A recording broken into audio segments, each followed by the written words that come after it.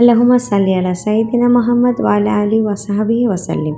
Hello and আসসালামু আলাইকুম everyone, welcome back to my channel. সবাইকে ঈদ মোবারক জানিয়ে আজকের ব্লগটি শুরু করছি। কাছে দূরে দেশে বিদেশে যে যেখান থেকে বসে আজকের ব্লগ দেখছেন, আই হোপ আপনারা সবাই খুব বেশি ভালো আছেন।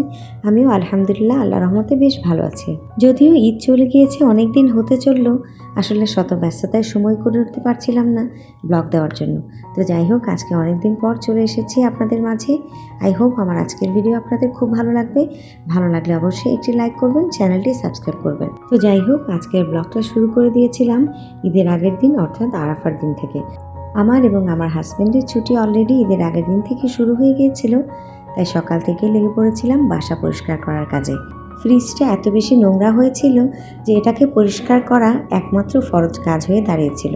তো যাই হোক, হাজব্যান্ডকে রিকোয়েস্ট করাতে প্রায় আধা ঘন্টার মধ্যে একেবারে ঝকঝকে তকতকে নতুন বানিয়ে দিল মাশাআল্লাহ। কোরবানির ঈদ বলে কথা, ফ্রিজটাকে এভাবে অপরিষ্কার রাখা যায় বলুন? আরাফার দিন আমি, আমার হাজব্যান্ড আর আহিয়ান আমরা তিনজন রোজা রেখেছিলাম, তাই সকাল সকাল নাস্তার টেনশনটা ছিল না বলে ঈদের আগে বাসাটাকে ডিপ ক্লিন করে নিয়েছি। তো যাই হোক, চলুন আপনাদের সাথে শেয়ার করি এবার ঈদে আমরা কি শপিং করলাম। পিঙ্ক কালারের এই সুন্দর ড্রেসটা আমি অর্ডার করেছিলাম আমার জন্য একটি পাকিস্তানি অনলাইন পেজ থেকে। ফুল এমব্রয়ডারি করা এই ড্রেসটার ম্যাটেরিয়াল হলো শিফন, যার ওড়নাতে ছিল বেশ ভারী কাজ করা। এই ড্রেসটার দাম পড়েছে 150 রিয়াল, মানে বাংলাদেশি টাকার প্রায় 4500 টাকার মতো। এরপর রয়েছে আমার বাচ্চাদের ড্রেস। আমার বেবিদের জন্য এই ড্রেসগুলো আমি কিনেছিলাম সিটি ম্যাক্স থেকে। প্রথমে ভেবেছিলাম যেহেতু ছুটি নেই, হয়তো মার্কেটে গিয়ে শপিং করার সময় আমার হবে না, তাই অনলাইনে বেবিদের জন্য টিমু থেকে আমি ঈদের ড্রেস অর্ডার করে রেখেছিলাম অনেক আগে। সেগুলো অলরেডি চলে এসেছে আর ওয়াশের জন্য দিয়ে দিয়েছি। এই ঈদে কোরবানি করাটাই হলো মূল উদ্দেশ্য। বাচ্চাদের জন্য তেমন কোনো ড্রেস কেনার ইচ্ছাই আমার ছিল না, কিন্তু সিটি ম্যাক্সে ঈদের আগে ছিল সেল, আর বাচ্চাদের কাপড়ের কোয়ালিটির জন্য সিটি ম্যাক্স হলো বেস্ট। তাই কিছু বিউটিফুল ড্রেস আমার উপলক্ষে কিনে রাখলাম। পিঙ্ক কালারের বার্বি ড্রেসগুলোর দাম ছিল 55 রিয়াল করে, মানে ওই প্রায় বাংলাদেশি টাকা 1700 টাকার মতো। আর ব্ল্যাক স্কার্টটা ছিল 45 রিয়াল, মানে ওই 1300 থেকে 1400 টাকার মধ্যে। বাকি যে টি শার্টগুলো, এগুলো অফার প্রাইসেই আমি কিনেছিলাম। এগুলোর কোয়ালিটি ছিল খুবই ভালো এবং প্রাইস রেঞ্জটাও ছিল মোটামুটি হাতের নাগালে। 20 থেকে 30 রিয়াল, মানে ওই বাংলাদেশি টাকার 600 থেকে 900 টাকার মধ্যে। তো যাই হোক, এই তো ছিল টুকটাক শপিং। চলুন আপনাদের সাথে ঈদ উপলক্ষে ঘরটাকে কিভাবে সাজিয়ে নিলাম তা একটু শেয়ার করি। ওয়ালে মিররের পাশে ব্ল্যাক, হোয়াইট আর গোল্ডেনের কম্বিনেশনে নতুন এই ওয়াল ডেকোরটা আমি টিমো থেকে অর্ডার করেছিলাম। এর সাথে ঈদ মোবারক লেখা এই বিউটিফুল ওয়ালপেপারটাও লাগিয়ে নিয়েছিলাম। তো এভাবেই হয়ে গেল সকাল থেকে দুপুর। এরপর চলে গেলাম কিচেনে। যেহেতু আমরা তিনজনই রোজা রেখেছিলাম আরাফার দিন, তাই ইচ্ছা ছিল ইফতারে স্পেশাল কিছু তৈরি করার, কিন্তু হাতে খুব একটা সময় ছিল না, তাই ঝটপট তৈরি হয়ে যায় এমন কিছু আইটেমই তৈরি করেছিলাম। এর সাথে সাথে টেবিলটাও গুছিয়ে নিয়েছি। তো যাই হোক, আজকের ইফতারে তৈরি করলাম চিকেন ওটস স্যুপ বা শরবা, যেটা সৌদি আরবের ইফতারের একটা জনপ্রিয় আইটেম। এর সাথে ছিল ছোলা ভুনা। গতকাল রাতে তৈরি করে রেখেছিলাম মিষ্টি দই, যেটা পরিবেশন করব ভেজানো চিড়া দিয়ে। দই চিড়া কিন্তু আমাদের শরীরের জন্য ভীষণ রকম হেলদি। সাথে তৈরি করে নিয়েছিলাম ড্রাই অ্যাপ্রিকটস আর অরেঞ্জ দিয়ে তৈরি জুস।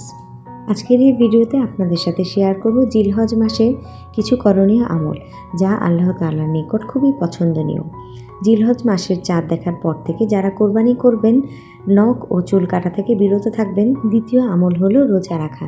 জিলহজ মাসের চাঁদ দেখার পর থেকে প্রথম দিন থেকেই রোজা রাখতে পারেন, তবে 9 জিলহজ বিশেষ করে আরাফার দিন রোজা রাখলে বলা হয়ে থাকে বিগত 1 বছর এবং আগামী 1 বছরের সমস্ত গুনাহ মাফ করে দিবেন সুবহানাল্লাহ। ফরজ নামাজের পর তাকবীরে তাশরিক পড়া 9 জিলহজ ফজরের ওয়াক্ত থেকে 13 জিলহজ আসরের ওয়াক্ত পর্যন্ত। তাকবীরে তাশরিক হলো আল্লাহু আকবার, আল্লাহু আকবার, লা ইলাহা ইল্লাল্লাহু, আল্লাহু আকবার, ওয়ালিল্লাহিল হামদ। তো যাই হোক, আমি জানি অনেকেই আমার থেকে হয়তো অনেক ভালো জানেন, কিন্তু তারপরও আমি আমার এই ভিডিওর মাধ্যমে আপনাদের সাথে শেয়ার করলাম। যদি একজন ব্যক্তিও আমার এই ভিডিও দেখে কোনো রকম আমল করেন, তবে তার সওয়াবের অংশীদার হব আমি, এবং সেটাই আমার সকল সার্থকতা। তো যাই হোক, ইফতার করার পর হাতে কিছুটা সময় ছিল, তাই ভাবলাম কালকে যেহেতু ঈদ, বাচ্চাদের হাতে একটু মেহেদি দিয়ে দিই। মেহেদি দিতে এরা দুজনই পছন্দ করে, কিন্তু মেহেদি দেওয়া তো ধৈর্যের কাজ, ধৈর্য নিয়ে বসে থাকাটাও জরুরি। কিন্তু এদের কি আর সেই ধৈর্য আছে? যেই না মাত্র মেহেদি দিয়ে শেষ করেছি, পুরো ডিজাইন লেপটে একাকার, বোঝার উপায় নেই কি দিয়েছিলাম। এরপর আমরা চলে গিয়েছিলাম ঈদের টুকটাক গ্রসারি শপিং করতে। ঈদ মুবারক বলো সবাই। ঈদ মুবারক। আনসা বললা মাশাআল্লাহ। এটা ছিল ঈদের দিন বিকেলবেলা কোরবানির গোশত নিয়ে আসার পর। এবার আমরা সব বন্ধুরা মিলে মাজরায় কোরবানি করেছিলাম। জানেন, মাজরা হলো এমন একটি জায়গা যেখানে শাকসবজি ফলমূল চাষাবাদ করার পাশাপাশি হাঁস মুরগি গরু ছাগল পালন করার খামার। বেশিরভাগ মাজরাগুলোই হয়ে থাকে মূল সিটি থেকে কিছুটা দূরে, 2 থেকে 2.5 ঘন্টার রাস্তা হয়ে থাকে। তো যাই হোক, এবার আর আলাদা করে গরু কেনার ঝামেলা ছিল না। মাজরারই একটি পালিত গরু আমরা আল্লাহর ওয়াস্তেই কোরবানি করেছিলাম। ঈদের দিন ঈদের নামাজ আদায় করার পরপরই আহিয়ান আর আমার হাজব্যান্ড চলে গিয়েছিল মাজরায়। একসাথে 2টো বড় গরু কোরবানি করা হয়েছিল। সেই মাজরায় মাংস কাটাকুটি করা, সবার মাঝে ডিস্ট্রিবিউশন করা, এই সব মিলিয়ে কোরবানির মাংস নিয়ে বাসায় ফিরতে ফিরতে হয়ে গিয়েছিল পড়ন্ত বিকেল। বরাবরের মতো কোরবানির গোশত বাসায় আসার পর সেগুলো সুন্দরভাবে পিস করে প্যাকেট করে বন্ধু বান্ধব কিংবা প্রতিবেশীদের বাসায় দেয়া আর কিছু মাংস ফ্রিজে সঠিকভাবে সংরক্ষণ করে রাখার মতো কাজটি আমার হাজব্যান্ড খুব সুন্দরভাবে করে থাকে মাশাআল্লাহ। তো এরই মধ্যে 4-5 কেজি গোশত আমি রান্নার জন্য প্রিপেয়ার করে নিয়েছিলাম। এক চুলায় বসিয়ে দিয়েছি কিছুটা বড় বড় করে কাটা ঝোল মাংস, আর আরেক চুলায় বসিয়েছি কিছুটা ছোট ছোট করে কাটা ভুনা মাংস।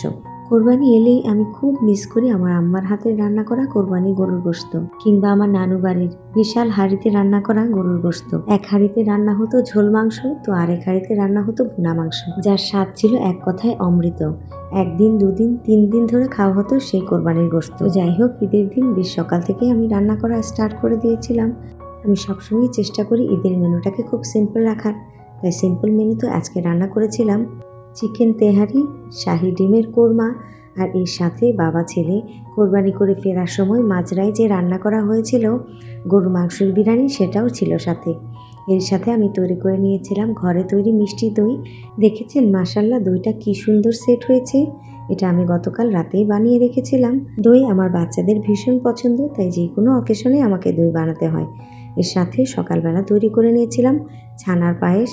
এটা দেখতে যেমন লোভনীয় হয়েছে, খেতেও হয়েছিল ঠিক তেমনই লোভনীয় মাশাআল্লাহ। এরপর তৈরি করে নিয়েছিলাম মালাই জর্দা।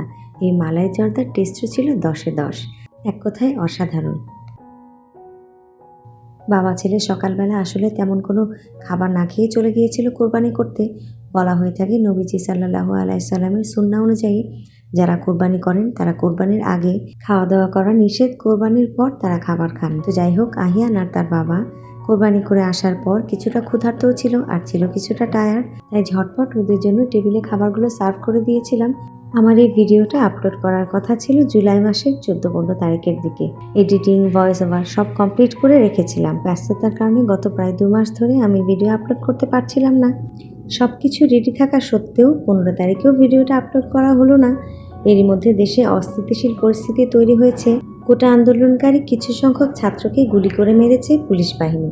এরই মধ্যে নিরীহ নিরস্ত্র আবু সাঈদের বুকে পুলিশের গুলি করার ভিডিও সোশ্যাল মিডিয়াতে ভাইরাল। তারপর থেকে বিগত প্রায় 20-25টা দিন ধরে ইতিহাসের নির্মম বর্বরচিত গণহত্যা চালানো হয়েছে আমাদের ছাত্র জনতার উপর। বৈষম্য বিরোধী ছাত্র আন্দোলন রূপ নিল জনমানুষের আন্দোলনে। এক দফা দাবি স্বৈরাচারী শাসকের পতনের দাবি।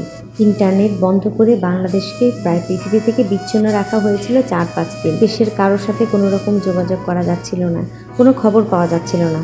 দেশটাকে ঠিক কতটা যে ভালোবাসি এই সময় উপলব্ধি করতে পেরেছিলাম। জানেন, বাংলাদেশ দ্বিতীয়বারের মতো স্বাধীন হলো 35শে জুলাই 2024। স্বৈরাচারী ফ্যাসিস্ট শেখ হাসিনার এই দেশ থেকে পলায়নের মাধ্যমে মহান আল্লাহর অশেষ রহমতে শত শত শহীদের রক্তের বিনিময়ে আমার এই দেশ আজ স্বাধীন। এই ভিডিওর মাধ্যমে সেই সব বীর শহীদদের স্মরণ করতে চাই যারা জীবনের বিনিময়ে এই দেশকে স্বাধীনতা এনে দিয়েছেন। তাদের বিদেহী আত্মার মাগফিরাত কামনা করছি।